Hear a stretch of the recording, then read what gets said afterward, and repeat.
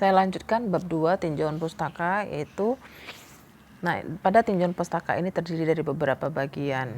Untuk main review itu terletak pada konsep analisis model manajemen SDM bagi tenaga keperawatan, lalu diikuti dengan konsep-konsep penunjang lain seperti konsep manual hospital, human capital, CQI, kebijakan-kebijakan yang ada serta literatur terkait lainnya. Konsep analisis model manajemen SDM bagi tenaga keperawatan.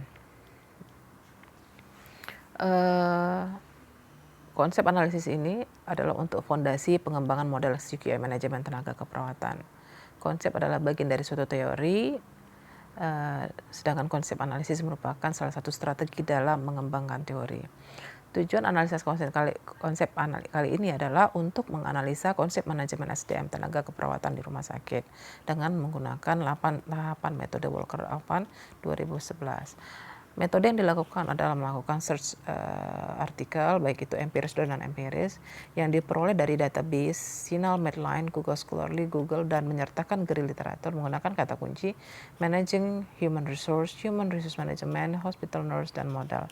Dengan batasan bahasa Inggris tahun 2012 hingga 2020 dan dibatasi hanya full text saja, dan proses seleksi artikel diperolehlah 20 artikel, di mana 2 diantaranya adalah tambahan artikel dari tahun 2011 dengan justifikasi.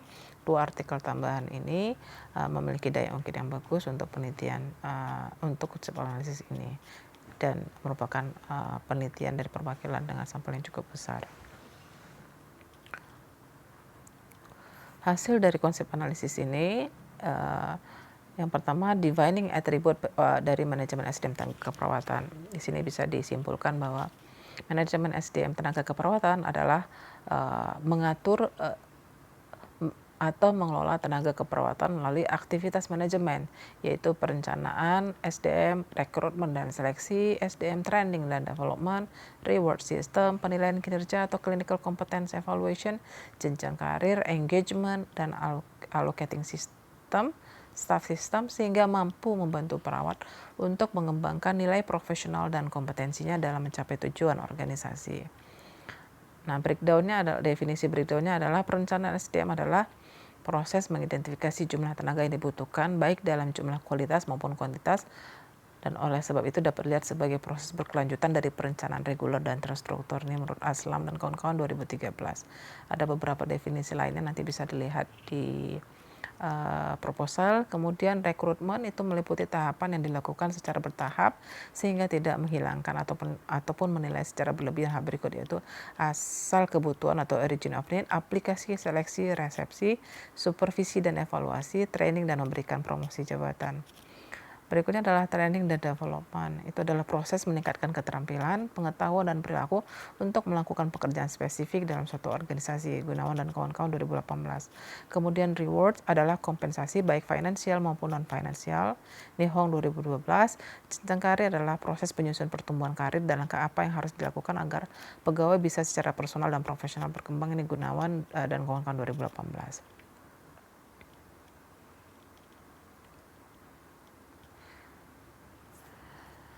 Berikutnya work engagement, itu merupakan kombinasi dari 3 variabel, yaitu motivasi pegawai, engagement psikologi intrinsik, bisa berkontribusi untuk perbaikan dalam pekerjaan atau keterlibatan staf, dan staf advokasi dalam organisasi atau mendorong kepercayaan. Ini menurut West dan kawan-kawan 2011.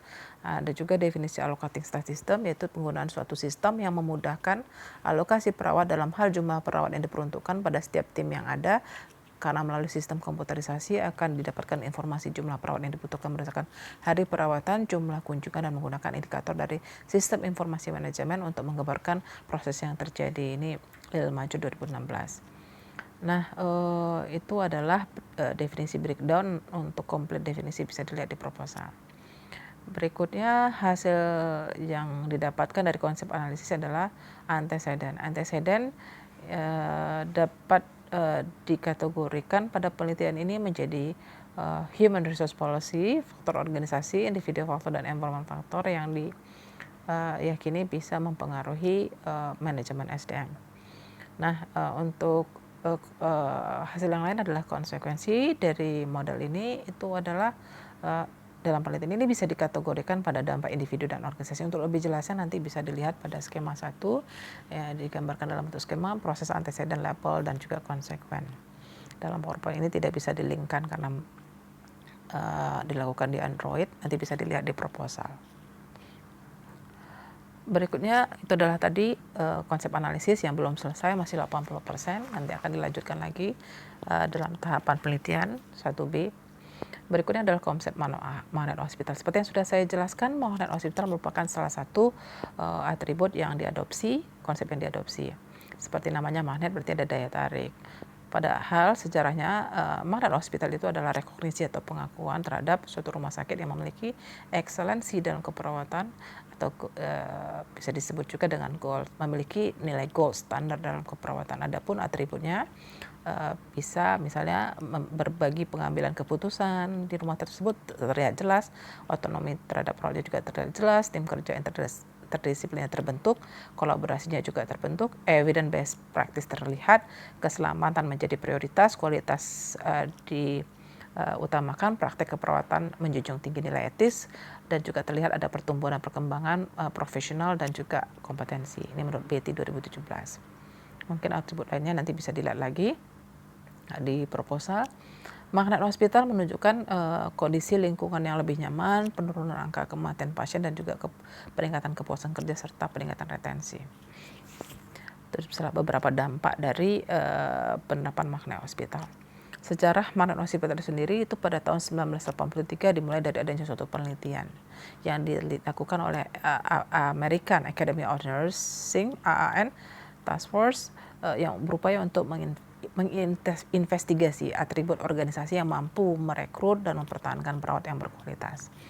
Dan dari hasil penelitian tersebut, dapatlah atribut itu apa saja. Kemudian di tahun 1990 mulailah ada proses credentialing atau proses pengakuan sebagai magnet hospital recognition program yang dilakukan oleh ANA di bawah ANC. Berikutnya adalah konsep human capital. Itu adalah satu adopsi lagi yang diadop untuk pengembangan model. Tadi sudah saya jelaskan sedikit tentang human capital di bab 1. Lanjutannya, konsep human capital itu sendiri itu diperkenalkan adalah Theodora Weishaupt tahun 1960-an. Teori human capital ini memberikan justifikasi dasar untuk pengeluaran besar organisasi pemerintah pada pendidikan baik di negara maju maupun negara berkembang. Ini Khan 2015. Di nursing sendiri kita mengenal yang namanya nursing intellectual capital, nursing intellectual capital, yaitu pengetahuan keperawatan yang diterjemahkan nantinya ke kinerja keperawatan dan juga kinerja organisasi. Ini Chofol dan Sidani 2013. Baik, berikutnya adalah definisi. Jadi untuk penelitian ini saya masih menggunakan terminologi human capital karena ini lebih populer. Definisi human capital adalah keterampilan yang dimiliki tenaga kerja dan dianggap sebagai sumber daya atau aset. Ini Oxford Living Dictionary 2019. Definisi lain adalah proses terkait edukasi, pelatihan, dan inisiasi profesional lainnya untuk meningkatkan level pengetahuan, keterampilan, kemampuan, nilai, dan aset sosial dari pegawai yang mengarah pada kepuasan performa pegawai yang pada akhirnya mampu meningkatkan performa perusahaan. Humayun Sajjad 2015. Konsep berikutnya adalah patient safety. Dia merupakan dampak dari model yang dikembangkan.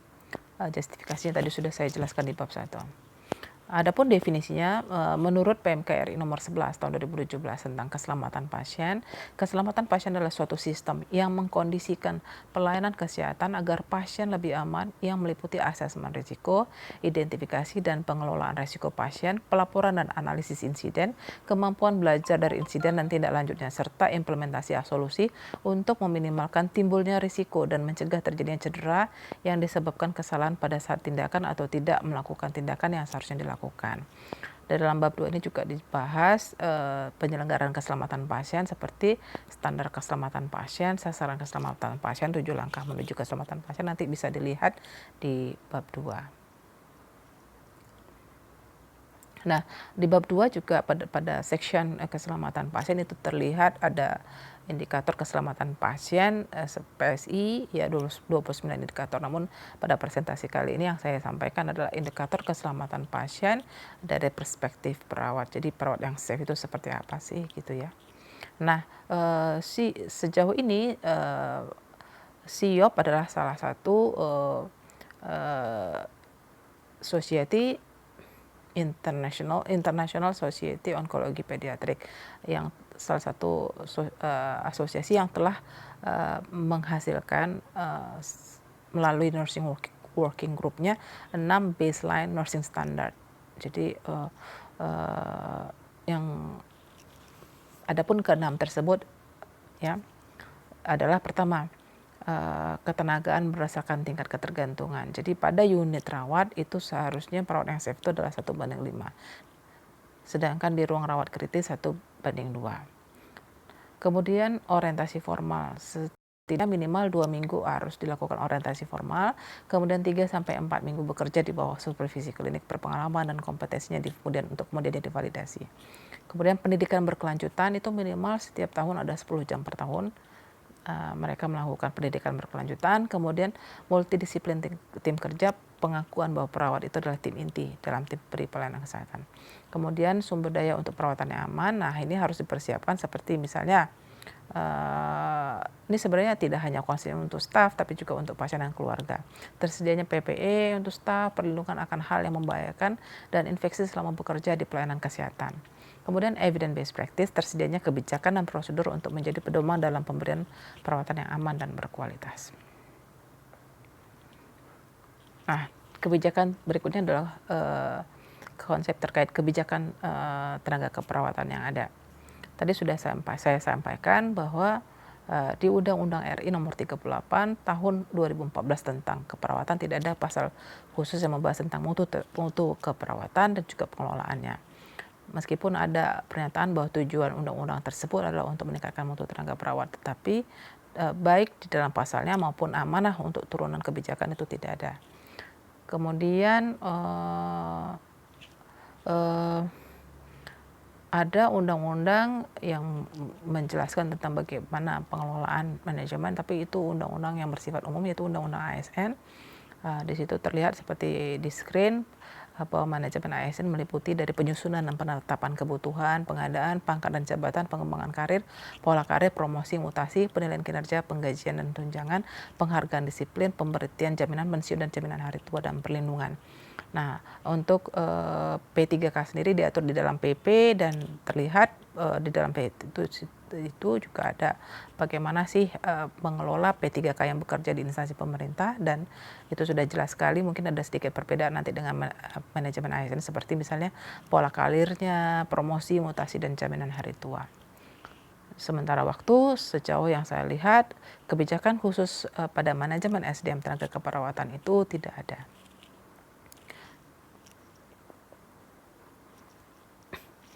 Berikutnya adalah konsep continuous quality improvement.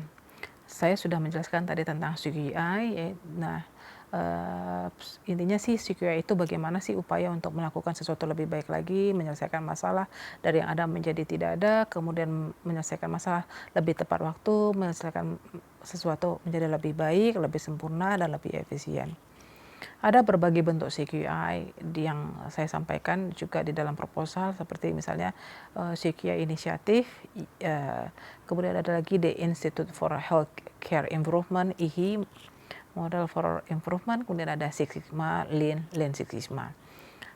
Dari berbagai bentuk ini yang saya pilih adalah Lean Six Sigma. Kenapa? Karena Lean Six Sigma adalah kombinasi dua metode QI yang populer, yaitu Lean dan Six Sigma untuk ekselensi operasional. Pendekatan di mana organisasi diharapkan memiliki langkah jelas untuk mencapai misi organisasi secara cepat dan efisien. Nah, di sini kita tahu bahwa Lean itu adalah metode yang dipakai di manufaktur Toyota ya. Jadi di industri Toyota itu terkenal bagaimana sih dengan tenaga SDM yang sedikit bisa memberikan daya ungkit yang besar bagi produktivitas manufaktur mobilnya. Sedangkan Six Sigma terkenal dengan the mic-nya, tadi sudah saya sampaikan, mulai dari define, measure, analytic, kemudian improve dan kontrolnya, yaitu proses berkelanjutan improvement itu. Nah, kalau digambarkan itu bisa dilihat Lean Six Sigma itu tadi gabungan dari dua metode populer antara Lean dan Six Sigma, sehingga bisa meningkatkan kecepatan untuk menyelesaikan masalah, untuk membantu organisasi mencari visi misinya. Nah, berikutnya bisa disintesis model CQM manajemen tenaga keperawatan untuk keselamatan pasien. Konsep itu sendiri berevaluasi ya. Sejak tahun 1997, konsep manajemen pengakuan pentingnya manajemen SDM. Dan 1 dekade terakhir ini sendiri pun, di 10 tahun terakhir ini berbagai model manajemen SDM terus berkembang dengan berbagai tujuan, mulai dari tujuannya untuk engagement, retensi, dan sebagainya. Nah, untuk model rancangan ini sendiri menerapkan metode CQI Lean Six Sigma pada manajemen SDM tenaga keperawatannya dengan mengadopsi 2 atribut penting, yaitu magnet hospital dan human capital, sehingga bisa mengengage perawat yang bekerja. Dengan dampak model adalah yang dipilih adalah keselamatan pasien seperti yang sudah saya jelaskan alasannya. Nah, bisa digambarkan menggunakan pendekatan input proses output, bahwa di sini inputnya adalah tenaga perawat. Kemudian prosesnya adalah mereka akan diproses menggunakan model yang akan saya kembangkan ini, itu model CQI Lean Six Sigma, manajemen tenaga keperawatan, melalui proses aktivitas perencanaan SDM, aktivitas rekrutmen dan seleksi, aktivitas training and development, aktivitas reward system, aktivitas penilaian kinerja atau clinical competence evaluation, aktivitas jenjang karir engagement, dan juga aktivitas lain ini ada kehilangan seperti bisa allocating staff system. Kemudian outputnya adalah keselamatan pasien. Kerangka teori bisa dilihat nanti di bab 2, cukup kompleks dan tidak bisa ditampilkan pada presentasi ini. Nah, kerangka konsep sederhananya adalah seperti ini. Untuk bentuknya memang nanti akan, kalau sudah final akan dirancang ulang, bahwa Lean Six Sigma itu akan bekerja di setiap level ini. Nah, saya akan membuat pemetaan bagaimana caranya agar bisa membantu manajer bisa memahami model ini sehingga bisa diadopsi nantinya.